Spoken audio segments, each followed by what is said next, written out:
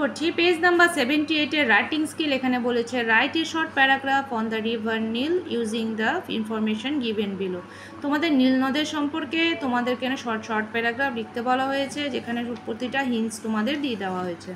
তাহলে আমরা নীল নদ সম্পর্কে কিভাবে লিখবো এই ছোট্ট প্যারাগ্রাফটা দেখে নাও। The river Nile is the longest river in the world. Nile river হচ্ছে এই বিশ্বের সবথেকে বড় নদী। It is known for its beauty, এর সুন্দরতার জন্য একে জানা যায়। ফ্লোয়িং থ্রু আফ্রিকা, এই আফ্রিকা থেকে আফ্রিকার মধ্যে দিয়ে প্রভাবিত হয়েছে। ইট ড্রেন্স ইনটু আর মেডিটেরেনিয়ান সি, ভূমধ্যসাগরে গিয়ে মিশেছে। It is about 6650 kilometre long, এটি 6650 কিলোমিটার লম্বা। It is a very important river to the ancient Egyptian because বলছে এইটি মিশরীয়দের জন্য সবথেকে গুরুত্বপূর্ণ নদী, কারণ it supplied them water and food, এটি তাদেরকে দিচ্ছে জল এবং খাবার। It help them in transportation also, এটি পরিবহনেও সাহায্য করছে। And gave excellent soil for cultivation, এটি আর কি দিচ্ছে, ফসল উৎপাদনের জন্য চমৎকার সে মাটিও দিচ্ছে।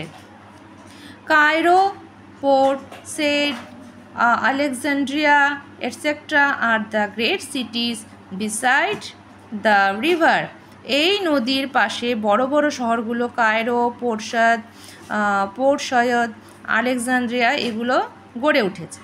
তে হয়ে গেল আমাদের নীল নদ সম্পর্কে ছোট্ট একটি প্যারাগ্রাফ। এবং 10 নম্বরটি বলছে write a dialogue between two friends about a picnic they are going to arrange and enjoy a beautiful place. একটি জায়গায় গিয়ে তারা পিকনিক করবে, দুজন বন্ধু, তাদের মধ্যে আলোচনা যা ডায়ালগ হবে তা তোমাদেরকে করতে বলেছে। তাহলে আমরা কিভাবে করি, দুটো বন্ধুর মধ্যে কনভারসেশন হচ্ছে, তো ধরে নাও একজন তুমি আর একজন কোনো বন্ধুর নাম তোমরা লিখে দিলে। বলছে me, hey what's your plan for this weekend, এই সপ্তাহে তোমার প্ল্যান কী আছে? Mimi, I am thinking about picnic, আমি চিন্তা করছি পিকনিকের সম্পর্কে। মি মানে আমি বলছে okay but I have to ask my parents, ঠিক আছে আমাকে আমার মা বাবার সঙ্গে কথা বলতে হবে।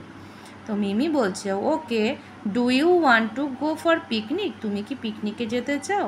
I can request them to allow you for picnic, তাহলে আমি তাদেরকে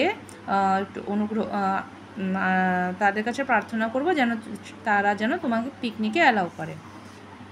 মি মানে সে বলছে, আমি নিজে বলছে okay then next Sunday will go for picnic, তাহলে আমরা পরের রবিবার আমরা পিকনিকে যাব। Mimi, yes I will wait for you, bye, আমি তোমার জন্য অপেক্ষা করব। বাই, মি বলল, আমি নিজে বলছি যেটা, বাই। এ হয়ে গেল একটি ছোট্ট কনভারসেশন তোমাদের দুজন বন্ধুর মধ্যে করতে হবে। তোমরা মেয়ের জায়গায় অন্য ফ্রেন্ডের নামও লিখতে পারো। আমি এখানে দুজন নাম দিয়ে এখানে নিজের সঙ্গে আরেক বন্ধুর নাম দিয়েছি মিমি। তোমরা চাইলে তোমাদের দুজন বন্ধুর আলাদা আলাদা নাম করে করতে পারো। এ হয়ে গেল আমাদের দুটো রাইটিং দিয়ে দিলাম একসাথে। ভালো লাগলো অবশ্যই লাইক করো, শেয়ার করতে একদম ভুলো না। আজ রাখছি পর্যন্তই।